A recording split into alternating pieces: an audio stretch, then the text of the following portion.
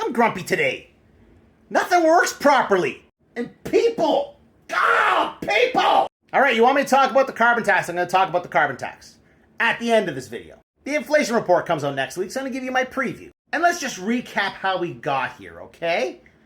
For all you people who are upset at the government for the inflation, let's just recap how we got here.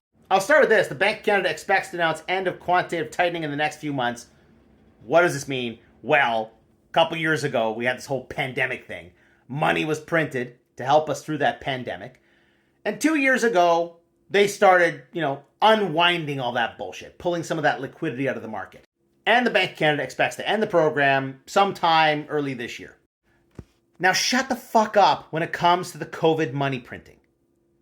Please. I'm going to explain something that apparently some of you have missed every time I show this default rate chart, because this should be an eye-opener. That's Canada down here at next to nothing. There's the UK and that's the US. You know that place that some of you think is fantastic? That's right there. What does this show? This shows that during the Great Financial Collapse and during COVID, the two biggest catastrophes of the last 20 years, both countries printed a bunch of money to help its people out. The US helped its rich people out.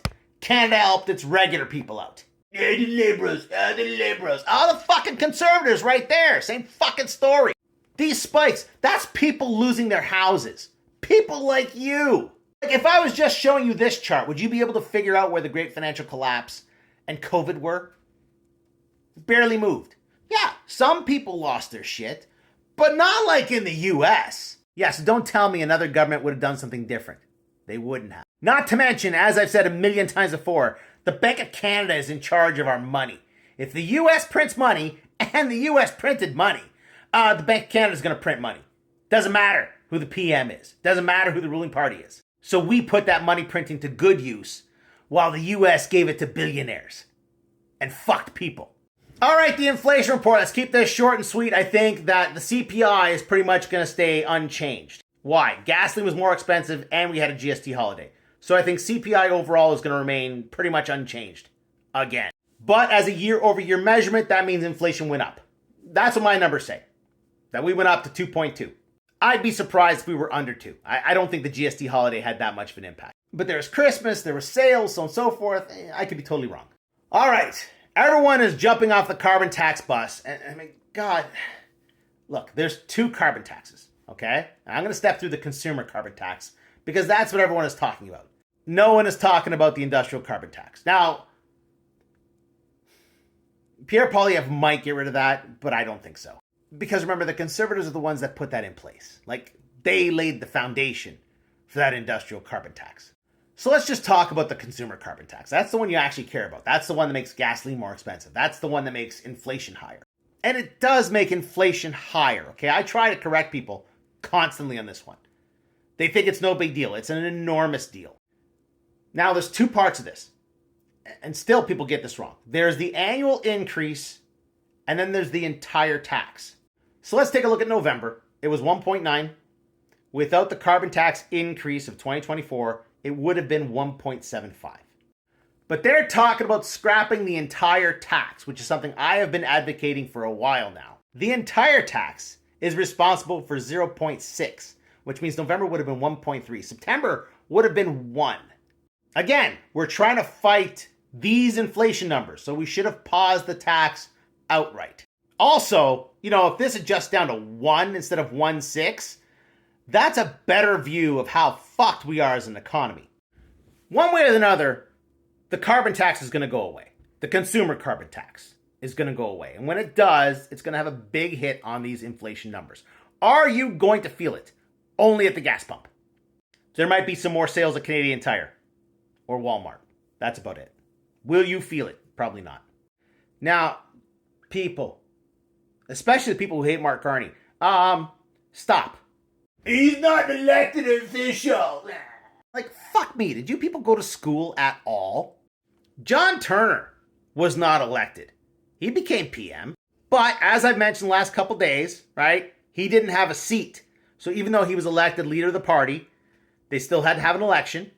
When the election ran its course, he didn't make it in. I may vote for Mark Carney. Yeah. You don't vote for party leaders. You vote for parties. You fuck. When Kim Campbell became the PM, nobody voted for her. The party voted for her.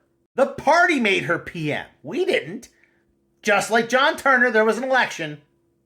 She wasn't PM for long. Like, can you remind me when the general election was to put Pierre Poilievre at the head of the Conservative Party? Huh? Yeah, no. Were you there? Did you vote for him? Probably not.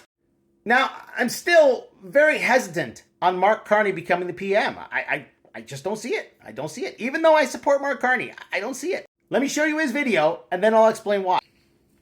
People's wages are too low. Necessities like groceries and rent are too expensive for too many. The federal government spends too much, but it invests too little. Middle-class taxes are too high.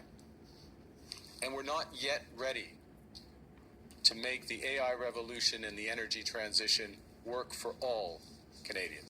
Now, I agree with all of that. You know I do, because I keep saying the same things. We don't get paid enough. We're overtaxed. The government spends too much and does too little. I say these things. But unfortunately, he's campaigning against the Liberal Party. It was the Liberal Party and the Bank of Canada, through their actions, that have decreased employment, thereby suppressing wages. Taxes on the middle class. That's what the carbon tax is. And although I am 100% on the climate change bandwagon, we spent $35 billion on a pipeline. Why are we also spending money trying to fix the climate that we're fucking up? And the reality of those situations is not more spending, it's less spending. It's a change of regulations. So although I agree with what Mark Carney is saying, he is campaigning against his own party. The best thing that could happen is that the Liberal Party appoints somebody. Chrystia Freeland or somebody. Doesn't really matter. On day one, there's going to be a vote of non-confidence. Then there's going to be a spring election. The Liberal Party will go down in flames for doing all the things that he's just said they shouldn't have done. And then from the ashes, maybe Mark Carney can come up with a new party that fixes these problems. Assuming Pierre Poilievre does not. It's going to be an interesting few years.